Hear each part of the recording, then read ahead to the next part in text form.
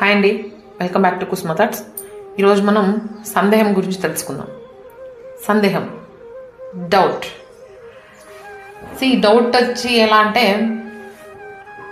నేను ఏదన్నా ఈ డౌట్ ఉన్న వాళ్ళు, ఈ సందేహం ఉన్న వాళ్ళు ఎలా చేస్తారంటే, నేను ఈ పని చేస్తే ముందుకు వెళ్తానో వెళ్ళను, ఈ పని చేస్తే నాకు నష్టం వస్తుందేమో, దీనికోసం నేను ఎలా ముందుకు వెళ్ళాలి.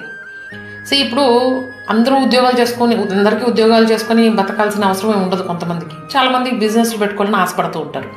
బిజినెస్లు పెట్టుకునే వాళ్ళ గురించి కూడా ఆలోచిస్తున్నాను. కొంతమంది నిజంగా చెప్తున్నా డేర్ అండ్ డెవిల్ అన్నట్టుగా తెగించి పెట్టేస్తారు.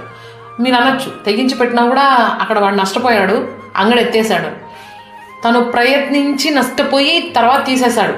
తను ఇంకొకరికి 10 మందికి చెప్పగలుగుతాడు తను చేసిన మిస్టేక్ ఏంటో. బట్ సందేహం ఉన్న మీరు, ఎస్పెషల్లీ సందేహాలు ఉన్న మీరు కనీసం ప్రయత్నము చేయరు, దాన్ని ముందుకు తీసుకెళ్ళరు, ఇంట్లో ఉన్న వాళ్ళ ఆశలు తీర్చరు.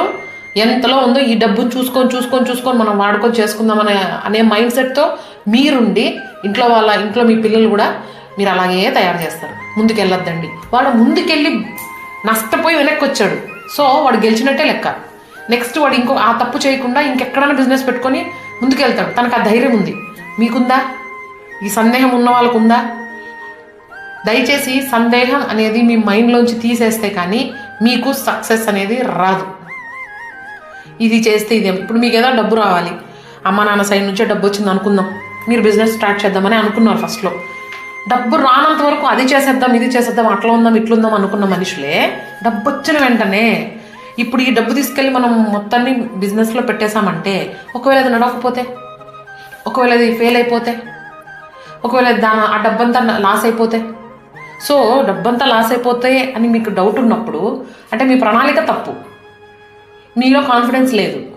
మీరు కాన్ఫిడెన్స్ లేని వాళ్ళు ఇలాంటి సందేహాలు పెట్టుకొని అది చేయలేము, ఇది చేయలేము అనుకునే వాళ్ళు దయచేసి మీకు ఎంతనో అంత జీతానికి ఉద్యోగానికి మీరు స్థిరపడడమే మంచిది. ఇలాంటి ఆలోచనలు ఉన్నవాళ్ళు ఇన్ని సందేహాలు పెట్టుకొని ఎవరు బిజినెస్లు చేయలేరు. ముందడుగు వేయి. ఒకసారి ఓడిపోయినా సెకండ్ టైము భగవంతుడు ఖచ్చితంగా చేయిస్తాడు నీకు. ఓడిపో. నువ్వు ఇంకొక 10 మందికి చెప్తావు. ఎన్ని దెబ్బలు పడితేనో ఒక మనిషి రాయిలాగా ఇంకొకరికి నిలబడి చెప్పగలుగుతాడు. అది కదా మనకు కావాల్సింది. ప్రతి చోట సందేహమే. ఇలాంటి సందేహాలు పెట్టుకొని అసలు మీరు కనీసం ఒక అడుగన్నా ముందుకేయగలుగుతారా? రేపు పొద్దున్న నీ కొడుకు వచ్చి, నాన్న నేను ఇది ఫలానా చేయాలనుకుంటున్నాను, చేస్తానంటే ఆ ధైర్యాన్ని నువ్వు ఇవ్వగలుగుతావు నీ కొడుక్కి? వద్దు నాన్న ఉద్యోగం చేయంటావా? ఆలోచించండి.